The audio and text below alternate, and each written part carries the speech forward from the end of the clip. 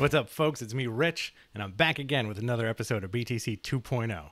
We're going to talk comics. We're going to do some interviews. This week, my guest is Gabriel Hardman.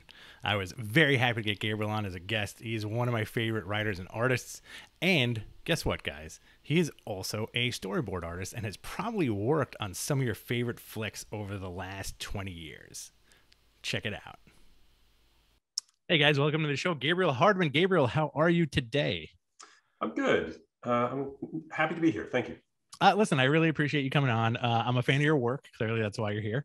And I kind of want to cheer you off about a few things, but I want to start with a very simple question. Did you grow up a comic fan? Yeah, I did. Absolutely. I did. I started reading comics when I was about 9 or 10 years old. I think it was, we had moved across the country and, moved to Florida, and I didn't really know anybody there, and ended up picking up comics off a convenience store racks and, in the newsstand days. So, you could never, get every issue of something. It was hard to track stuff down. There was no comic book store then at that point in the town where I lived in St. Augustine, Florida at the time. So it took a couple of years for me to actually move to another town that actually had a comic store that so that I had a little bit more, I could intensely follow things a little bit more and was opened up to more indie stuff. Yeah. That's always interesting. I find, especially doing this show, it kind of shows me how much of a spoiled New Yorker I am because, growing up, tons of comic shops, even now. Oh yeah. Well, and actually I was 10 years old the first time I went to New York City, and, and that was the first time I went to a comic shop, right? I can't actually remember which one it was at this point, but my mom took me there. We went to museums and stuff like that, but I also, went to comic shop. I think, I'm not sure. I could be conflating, the age I was with the, book I picked up, but I do remember picking up the last issue of Crisis on Infinite Earths at that, at that comic shop in New York. So, and being like, oh my God, this existed. Because it was just so hard. I never even got every issue of the series because I couldn't track them down, Yeah. No, that's, that was, I would say, around 86. Yeah, so I would have been 11 or 12 by then. Yeah. Okay. Yeah, because when I was when those came out, my brother, I got into comics through my brother, avid comic book reader. He had the whole classic basement 70s nerd setup, So if he was out of the house, I was allowed to read his stuff. But getting into comics, at what point did you say, I really think I could do this? When did it hit you that you took a step back and you were like, you know what, I can make a living out of this, I could do this? Too early. Okay. I thought, I had always been art focused, right? My mother was a fine artist. I had always drawn. I was always encouraged to draw. And so, when I started getting into comics, obviously I was drawing stuff that was comics, related, but by the time I was 14, I was very serious about the idea of doing sequential art and, understanding that that's what you need to do in order to, to get work. I clearly wasn't good enough. I was a 14-year-old, but I did pretty seriously, pursue that. I bought a copy of, at the time, there was a book called Artist Market. It listed submissions editors for companies and stuff like that. I did samples and sent them out to all the comic companies and stuff when I was 14.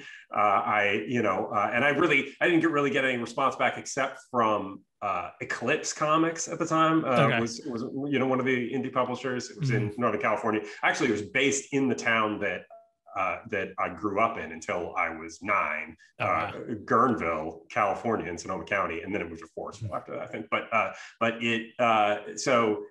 I had a little bit of, I got a little bit of a response from that. It wasn't a good response, but somebody wrote back to me, and then with some lapses, I more or less pursued, continuing to send sequential samples to companies until I got work when I was 18. So, and what was your first published job? And at that point, when you're 18 and you're getting work, this is a 2-part question. what was your first published job, and what were you into as far as comics at that time?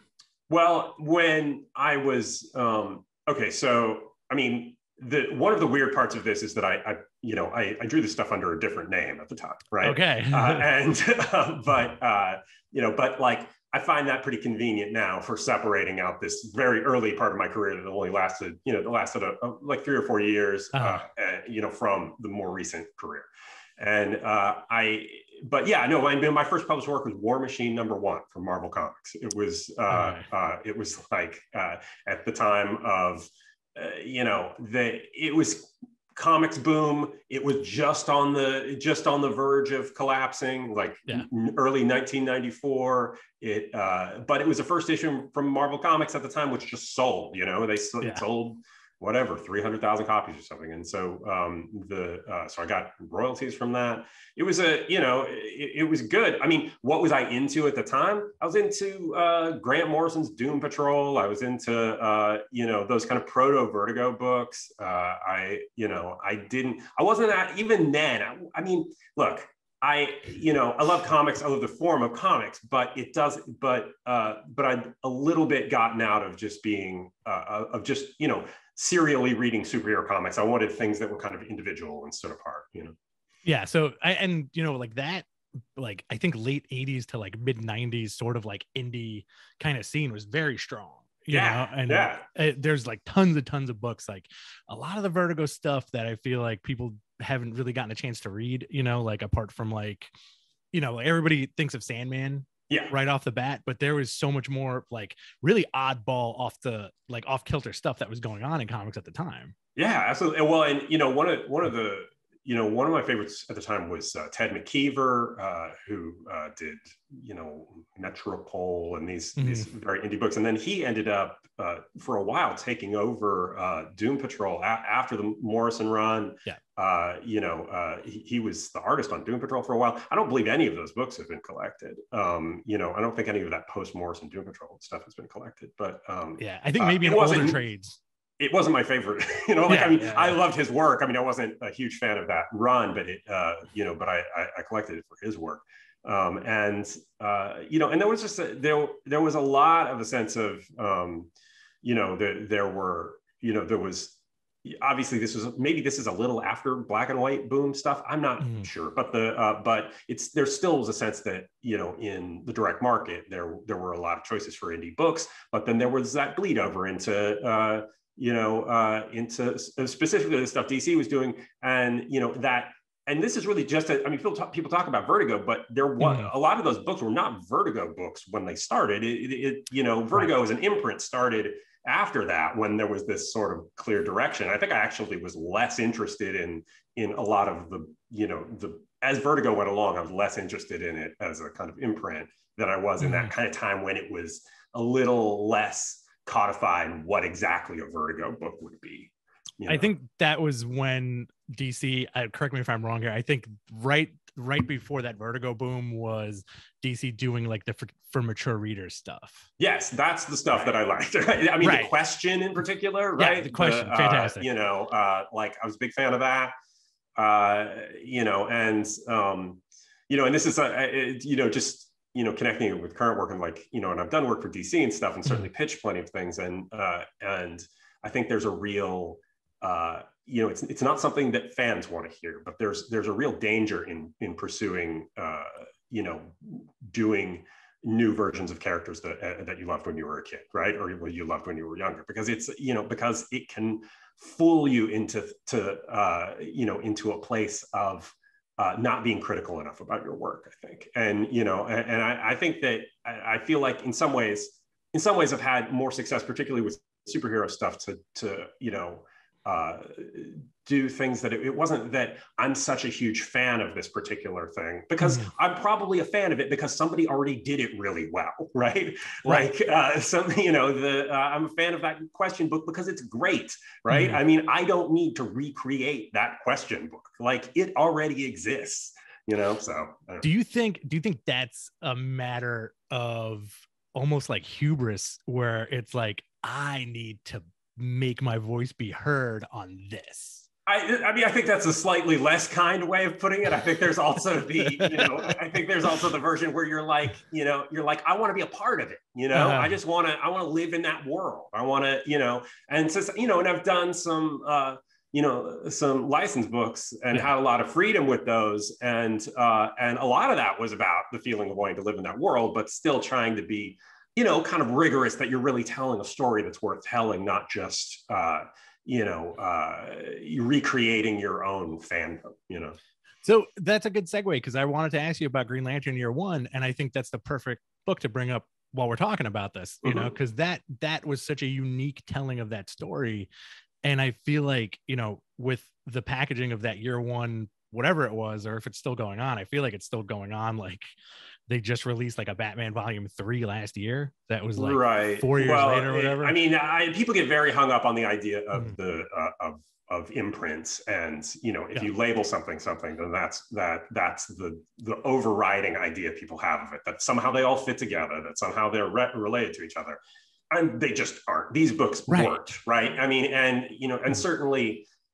When I wrote those books with Karina Becco, and we didn't. I mean, I had been somewhat of I read Green Lantern books when I was younger. I didn't dislike Green Lantern. I liked Green Lantern fine, but it wasn't that I was it wasn't driven by by like some undying passion. It was more like, well, here's a situation where it involves aliens. It's a science fiction book. It can be a science fiction book. It can be something where you can approach it from an angle that's not so like, slavishly superhero-y. It also doesn't have to be in continuity. So you can approach the characters in whichever way, while still trying to be true to who those characters were and those dynamics, and what would, but tweak it in a way where the conflicts can be between the characters could be interesting, all of that stuff,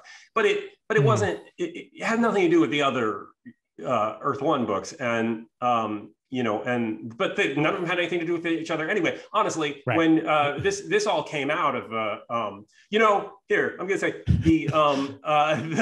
so like I'm talking about that kind of thing of trying to recapture something you liked when you were younger, and this really came out of trying to pitch a Doom Patrol book, right? It was before it was before the most current revival of the Doom Patrol, and that was something that was lurking around, but that writer lost interest in it for a while, for years, and then we were pitching a new Doom Patrol book to Dan DiDio, and who was the publisher at the time at DC, and it was like it wasn't quite going anywhere. It was, or at least it was hard to get it to go somewhere, which can be the case of those companies. And, and then the writer of that other series heard that something was happening with it and swooped in and kind of undermined the whole process, right? Oh, wow. So like we, so it was kind of like, well, look, guys, we want to do, we want to work with you. Is there anything else you'd like to do, right? And like, I had just been reading. I found on now virtually extinct Comixology. I found like a cheap one of those Gil Kane, early 60s Silver Age Green Lantern compilations, and I was just kind of like looking through it and reading it like at that time, and I just blurted out, well, what if we did a Green Lantern book? Because I didn't and which nobody else had thought of it at all. I mean, this was not a thought through concept. I was like, listen, fine. Like, we're being a little bit jerked around here. Just, I'm going to make a commitment to something, like commit to something. Right. Yeah. And but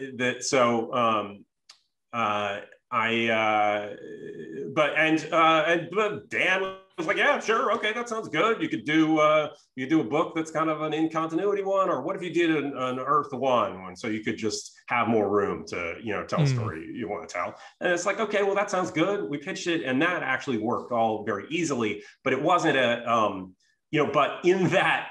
In the meeting, we actually went into the offices and pitched him and Jim Lee in person for it. And and like coming out of that meeting, well, we were like, well, so are the Earth One books like all in the same world? Is this something we have to like be, you know, beholden to or something? And literally everyone we asked had no answer. Wow. Like no one even really knew. So so that was enough of a thing to just go, look, ours is set in a little in the future. If somehow it's supposed to be the same world, fine, but it's not going to directly overlap with anything from the other ones anyway. So we just kind of set out to just tell an individual story that, you know, I really believe in, and this is at odds with superhero comics and heavily continuity oriented superhero comics, but I believe a story should be a story unto itself, where the elements you set up are the elements that you pay off, and you know, and you're not just getting by on familiarity of other things that have happened somewhere else, because you got to tell a story that works. That's a lot to unpack. Also, I'm gonna make a few points. One, I had no idea that was the whole impetus behind that year one stuff, but it works. You know, I always considered those books like the creators almost like love letters to those characters. Yeah. You know?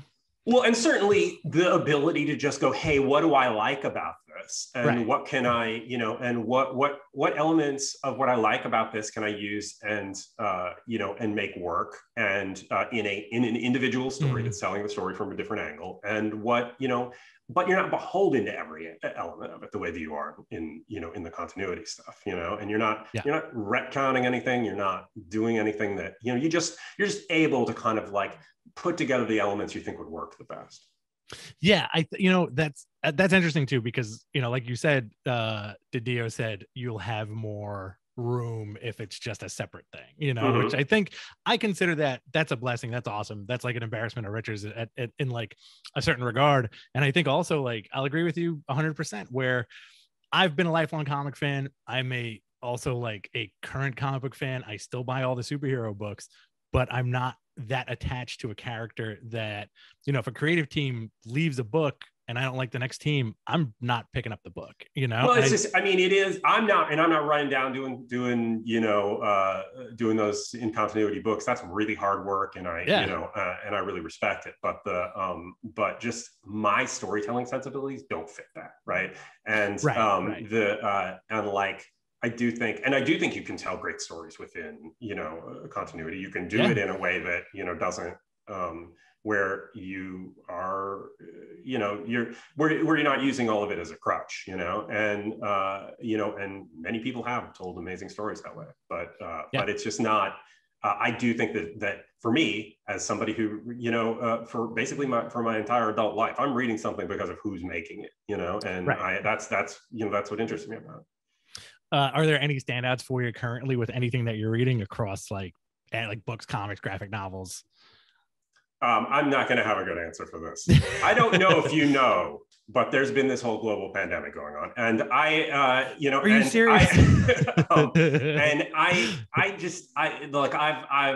you know, along with I have, you know, I have another career in apart from comics, where I do storyboards, illustration for feature films. I do want to talk about that too. So I actually was on a film for almost 2 years straight. It started the week that that lockdown started in Los Angeles, and I finished it 2 weeks ago. So like it was a very intense, all-consuming sort of experience. You know, in a lot of ways, because of the fact that weirdly, because we were also connected through, you know, this way, like through being able to just have Zoom meetings whenever and stuff like that, it became a lot, it became a very, you know, intense, overwhelming part of my life. But I also really like all the people I was working with, and it was a project that I was excited about, and at least uniquely, I can't say what it is. That's why I'm talking all around it. It's totally but it's also really obvious. Like if anybody people could guess what this is really easily. Cool. But I, you know, it was intense to the point where I was not I was not really reading a lot of stuff. I've, lately kind of started to catch up on stuff. If Comixology still existed in any functional way, I would be, this would be a much more easy and accessible thing. But I mean, one thing that I'm reading that's not in contemporary at all was I was reading Jim Starlin's Warlock books from the 70s, right? Oh, fantastic. And and I'd never read those before. It's that's kind of a gap for me, right? Yeah. And I just really was enjoying how I mean, yes, the writing can be a little florid, and yes, it can be a little overly explanatory, but there is a kind of freedom to it where it just feels like somebody just spilling out what they're interested in and telling a story that they're excited about. It's not all about, cameos from other characters. It's not about tying things together. It almost felt like an underground comic.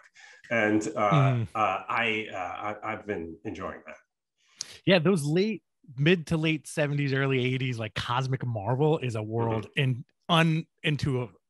whatever, you know what I'm trying to say. Yeah, well, because of the people who did it, and because there probably was relatively little oversight because the company was in a disastrous state at the Exactly.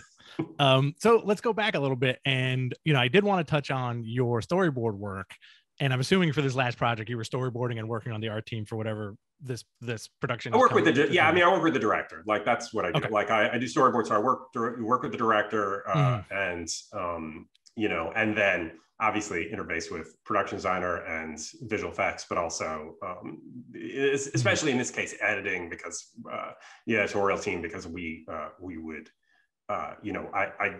we would be constantly making animatics of the boards, as we go. The real picture editors for the film were on from the beginning, basically, and we would all work together on on kind of crafting these sequences basically throughout the entire time. So it's a much more organic process than it used to be in that way. So you worked on Interstellar. I'm correct about that? And also Inception, right? Yeah, I did those with Chris Nolan. Yeah. Okay, so as I'm not going to bore you with questions that you've probably heard a million times over. I hope not, at least. But jumping from comics to that, what was that transition? And also, is there more freedom doing that, or is it a little more confined? And you consider yourself a person who likes stories that are not so much one and done, but you're telling your full story in your allotment. Right. Yeah. It's, there's a lot of gray in there, but I started in, really probably in the scope of my career, being a storyboard artist, my prime job, right? That's my prime career. I started in 1996. The first movie I boarded was the first Austin Powers movie. And I had like a 10-year career of only doing that, but it also can burn you out. You're working on somebody else's film. It's over the course of my career, I've had an enormous amount of freedom to interpret scenes, make up stuff, invent tons of things that go into the movies, and generally thought of as somebody who could, people can come to. And I'm not only, it's not only just that I can do action or I can invent action-oriented stuff. It's that I'm very, and this goes back to writing and being, doing the comics as well. I'm very much, I can, read the script, but also I can understand the character, and I can understand the stuff that there's a tendency in films for each department to only focus on the things in their department. The art department wants the sets to look great. The DP wants to shoot pretty pictures. But that's a wild oversimplification. Don't quote me on that. I just always feel like I don't, in a lot of ways, I'm not really in the art department. I'm a department of one often. Like weirdly, like on those Chris Nolan movies, I was the only storyboard artist, right? Oh, wow. On several things. On this previous job I did, I was the only storyboard artist. So I can kind of, I don't have I don't exactly, my boss is the director, and so I'm trying to approach things like a director, in that I'm thinking about all of the thing. The director has to keep the whole picture of the movie in their head, right? Right. And and understand the motivations of everybody and check everything like that, to make sure that they're, that everybody's moving in the right direction. I always just try to, be there in a way where I'm very cognizant of everything, not just making a cool action sequence, because a cool action sequence means nothing if it's not serving the characters, if it's not serving the story. So I have no idea if that answered the question. Yeah. Listen. I appreciate long answers. This is great. It makes what I'm doing easier. That's my specialty, is the long answers. So, so when you look at something, for example, I'm gonna take Inception as the example because it's right on top of my head. Sure. When you look at something like that, and I'm assuming you have the script in your hand before a lot of people do. Well, that's in that instance, yes, but it's almost. I did 3 Nolan pictures, and those are virtually the only movies I've worked on that had a full script at the beginning of the process that virtually didn't change. So they're aberrant in that, they're not, it's not normal. Unfortunately, it's not normal for that. So, but go ahead. Do you look at something like that and say, yeah, I got this, no problem? Or is it something where you're like, ooh, this is a little daunting? Well, that particular thing, it was something that was a little daunting, but that was the appeal of it. The appeal was to work on something that wasn't a property, that wasn't that wasn't based on some IP that had some preconceived thing that was and it and it is a very ambitious movie in a lot of ways, and certainly within it there's a lot of complexity. Chris Nolan is a sort of Luddite who's very adamant that I draw in pencil on paper, and which is not the norm for obviously you work digitally, there's a workflow, you're able to send stuff to people, blah, blah, right. But he was very adamant about it being drawn with a pencil on paper, and so I still get a little punchy when I think about this multi-phone book stack size of thing of boards that I'd drawn for all of those levels of the dream. And keeping all of that stuff straight, and that's certainly more complex and daunting, but it's also a challenge. So a challenge is good. A challenge is always good. Yeah, and clearly, I mean, you do have a love of filmmaking. Otherwise, I don't think you'd still be doing this. It is sort of my day job, but but apart from my day job, I absolutely have a love of filmmaking. I'm an enormous, fan of films, but I'm also just very, very interested in, the process of filmmaking and everything about that. So, I mean, but I'm interested in the process of everything. I'm interested. I mean,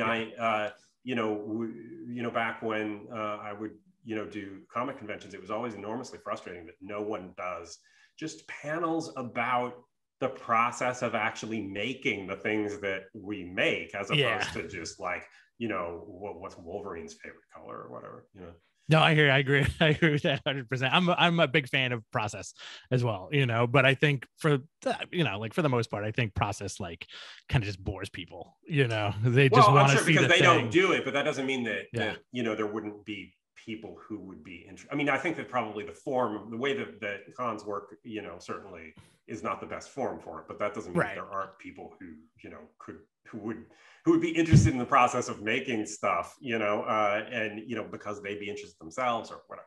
Yeah. I do want to ask you about, I kind of wanted to lead into, before we started, you mentioned that you are a big fan of vintage movie posters, and you got a couple behind you. Yeah. I mean, I've got the, Roger Corman, Ray Milland movie, X, The Man with X-Ray Eyes, which is actually one of my better posters. I have, another working for The Abominable Snowman, which is a Hammer movie starring Peter Cushing it's actually one of my favorite movies ever.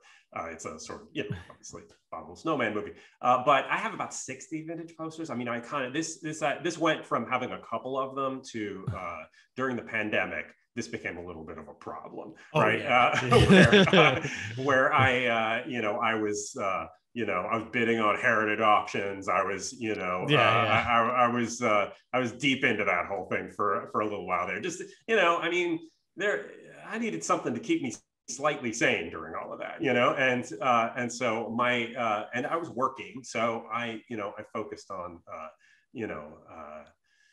a lot of vintage like Polish posters. The Polish posters are very expressive and crazy, and don't exactly fit what the movie is, but they're amazing just like visually. So but I've put an end to that for now. I ran out of wall space. I'm also in the process of selling the house that they were in. So we'll see where and I'm just like in a temporary apartment until I sell the house. So like the next house, we'll see what how much wall space I've got and whether I fall back into this. You could have like a Guillermo del Toro setup where he's got 2 extra houses just to house all his stuff. Sure. Yes. Currently it's 2 storage lockers, but whatever. Yeah, that's usually the way it goes. I think it's everybody. Like, I think if you're a collector or if you're into like film and television and comics, like the pandemic was basically like wake up, check your phone, see where you're at on an auction, and then try to get something you like, and that's it. I fell victim to that too. I was buying Silver Age comics like nobody's business, from all over the country. And good. It's understandable. Yeah, no, it's funny. I have a reprint of a fantastic German Frankenstein poster. It's like gigantic. Those, like, you really, for my money, you can't beat those classic horror posters or like the 70s Giallo posters. Well, yeah, I mean, mainly I don't have anything that's newer than the 70s. I don't have, one, but I bought an insert poster for Krull, not because I don't know if you remember Krull. Oh yeah, it's terrible, right? But I'm still slightly obsessed with this terrible movie, and but like for the most part, it's 50s and 60s, horror stuff, sci-fi stuff, like, or stuff like, I mean, I have a poster for Kubrick's The Killing in here. Like I have one of the ones I like the most is another Corman one, a Tomb of Ligeia poster. But I've also got a kind of terrible poster for The Beast of Yucca Flats, this movie that they covered on Mystery Science Theater 3000. It's like it's Tor Johnson is in it from the Ed Wood movies, and it's directed by this guy Coleman Francis, and it is by any definition a terrible poster. But for some reason, I love the terribleness of it. It's kind of cheap and awkward, and it's right next to like a beautiful Quatermass Experiment poster, Hammer sci-fi movie, but it's a Polish one. It's by like the guy who does the best Polish posters, and they just but I do love, most of my stuff is that kind of 50s and 60s horror and sci-fi sort of stuff. Have you ever checked out I believe it's called Deadly Prey Gallery? No. So it's these guys commission like these like African street artists to so like the Guyana posters and stuff. Yeah.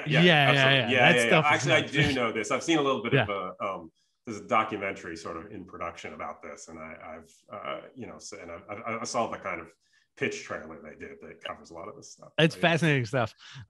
Now, as an artist, when did you decide to? Have you always been an artist writer, or at some point while you were being an artist were you like, listen, I can write too? And then I mean, the way that I broke into comics was as an artist, and then when I was but I was also 18 to 21 or something like that, so I was real young when I was doing that stuff. And then I worked in, worked in storyboards. I, wrote and directed some short films. I did, certainly wrote some screenplays and stuff. And then, which never went anywhere. But like by the time I was getting back into comics, I just sort of burned out on one particular movie, and I wanted to do something different. And even if the number of people who are going to read a comic is much smaller, you're directly expressing something. You're directly responsible for what you're doing. So that's what appealed to me. But I did, you know, when I got back into comics, I did, you know, I drew some Agents of Atlas and some Hulk with my friend Jeff Parker wrote, you know, but that doing that, just, I like working with him. He's my friend. He does great stuff. But like but at a certain point, it's just not challenging enough. You know, it's not enough. I kind of need to tell the story. Need to be, you know, I need to be able to, like, you know, put the whole package out there, right? And and so. And I also had a bad experience working with another writer where I was just like doing 4 issues of a book for Marvel, where I was just like, why am I doing this? Like, I don't need to do this. And I certainly don't need to put up with this guy. So like you know, so then I kind of just decided, well, I'm not going to do this unless I'm writing the thing or co-writing it with Karina Becca. So, you know, at the time. So, I mean, you know, but I've always been very story oriented. It's never been a thing like, I mean, and the idea that writing and drawing comics are somehow separate things is a little bit of bullshit, right? It's all storytelling. It's your, you know, the story is being told more through the art than it is the, you know, the writing, and like the narrative is not the thing in the little, you know, in the, you know, balloons, right? It's not the words in the balloons are not the narrative. The narrative is everything, right? Right. And, you know, every part of it is, you know, is telling the story. So I just, you know, I really need to be, even though when I do freelance stuff, I write full scripts. You know, I'm not like some flaky artist off just like, you know, sending in pages without, you know, without a script or anything like that. You know, I'm real serious about, you know, writing full scripts, everybody knowing, you know, exactly what I'm going to do. But I think that that these things just feed off of each other and they're the same thing. So you need to be able to, you know, so being able to write and draw a book is really just telling the story, you know? Yeah. I like what you said though, about how, you know, it's almost like tribalism, where some people are like, I buy comics for this, I buy comics for that. But it is really just, it's the one thing. Well, people can tell themselves why they buy comics all day long. It doesn't change the real process of how they're made and what they are, you know? I mean, it's that, you know, that kind of, you know, subjective, there's no truth to things, you know, answer that the world seems to accept now. You could tell yourself that all day long. It's still, people make the damn things and this is how they make them. So it doesn't kind of doesn't matter. And it's also how many folks make their living too. Yes, some people do. Sora.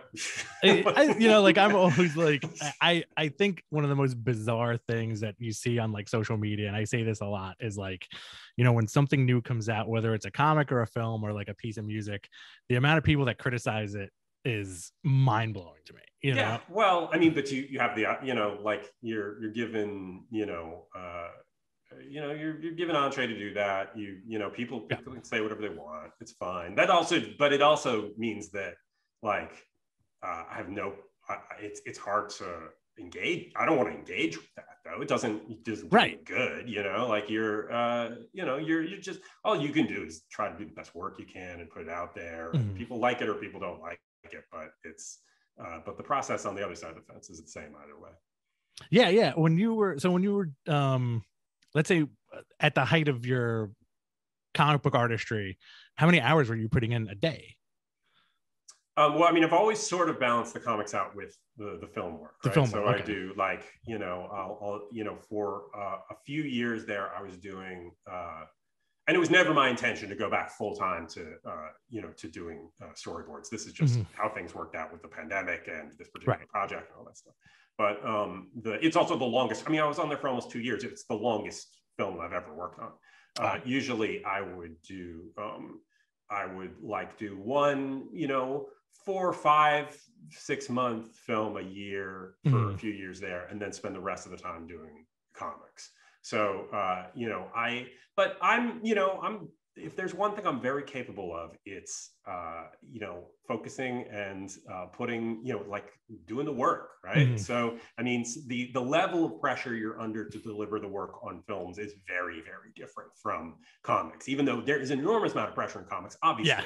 But you have you literally, you know, if you are wasting people's time, you're costing people hundreds of thousands of dollars in a film, you know, and right now, right? You know, if, you know, in a comic, it's not, with a comic, it's not quite like that, but you know, so, but I've always been, you know, I've been pretty good at, because I've just been doing this so long and in different mediums, I'm good at dealing with the pressure of it, and I'm happy to sit there and do the work, but I'm relatively fast drawing wise too, just because of having to be fast at storyboards, even though those are not as, you know, polished and whatever. Not that anybody would say that my comic art is polished, but you know, it's you know, I like expressive stuff anyway, but it's more, you know, it's intended as the final product. The storyboard is not the final product. Excellent. I'm gonna wrap it up with you. I got a couple more questions, Gabriel, if that's cool. I asked this from everybody. What is the sandwich of your dreams? Well, I guess that it's here's the thing. I'm a vegetarian, and but I actually am a big fan of the bacon, lettuce, and tomato sandwich at bacon, lettuce, avocado, and tomato sandwich, fake bacon, but from a restaurant called Doomie's in Hollywood, and so I would highly recommend that. That's awesome. That's a good sandwich. I'll mess with a vegan sandwich or a vegetarian sandwich sometimes. Look, it's a particularly good one. Like, it is a particularly good one. There's a smoky taste to the bacon. It's, you know, it's just an excellent sandwich. Where can everybody find you, Gabriel?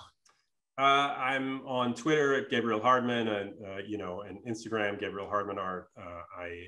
You know, I'm you know, having just finished that long project, I'm getting back into getting some comics work done, and I actually have there was a Kickstarter for a 50th anniversary of Kolchak the Night Stalker, which was a 70s TV show about a paranormal detective, right? And so I signed on to do a 10-page story of that. I wrote that story. I'm drawing it right now. That's been a lot of fun. It will be a lot of fun for, you know, for that book to come out.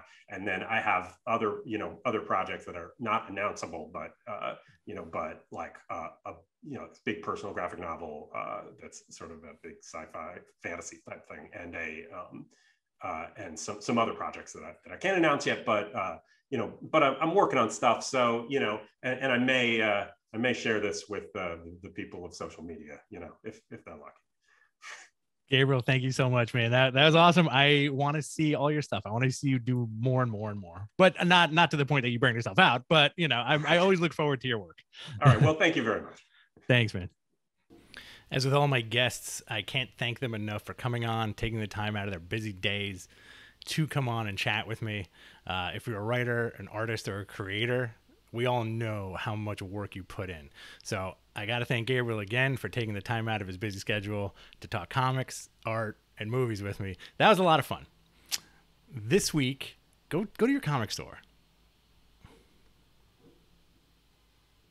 Lots of good books this week. I'm dropping this episode on a Wednesday. I'm trying something new. So if you're hearing my voice and it's Wednesday and it's New Comic Day, go grab some fun stuff.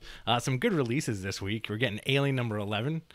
Really excited to see where this story goes. I feel like this fits perfectly into the Alien canon and could definitely be made into a miniseries. I would love some kind of amazingly well done Alien series on streaming.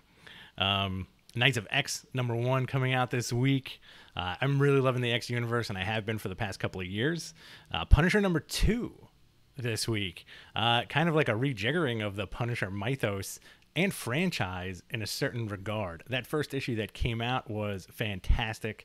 Really great reveal at the end. I'm excited to see where they go with this story and what happens in this book. I think this might make it to the top of my stack. Thor 24 also comes out this week. I'm loving this storyline. Donny Cates is really knocking it out of the park, especially coming off of that amazing Jason Aaron run. We have Berserker coming out from Boom, which I really liked, done by Matt Kint and Keanu Reeves. Very fascinating book. I think they're turning this into a movie property. Something's Killing the Children, number 22, also. Very strong book. Great series. I would suggest to pick up the trades if you can. It's very palpable, very solid horror stuff that almost kind of touches like a little bit of a Stephen King vibe slash... I don't want to say gorehound vibe, but kind of like a Stephen King slash 80s horror flick vibe. Very, very excellent. Very well done. And finally, we're getting The Last Ronin number 5, which has been a trip. I wonder what the issues were that took this book so long to come out consistently. But I'm not complaining. You know, it's your first comic of the Ninja Turtles from Eastman and Laird in God knows how many years. So I'm kind of waiting to see what's going on there. From Image, Newburn number 6 is coming out this week. That's a book I really love. Chip Zdarsky and Jacob Phillips. Bang up job. Saga is continuing. I got to do an episode just on Saga, and you're getting Scumbag also, which, you know what? I really do enjoy that book. It's always one of my favorite books. And Bloodstained Teeth number 1, that's a book I'm very much looking forward to. So if you hear this before heading out to your comic store, go pick those books up. Hang out. Have fun. Buy some comics. Get some old comics. Get some new comics. Turn your friends on to comics. Don't forget to hit the subscribe button on this. Don't forget to talk to me on Twitter at BTC Rich. And I'll talk to you soon, my babies. Later. Mwah.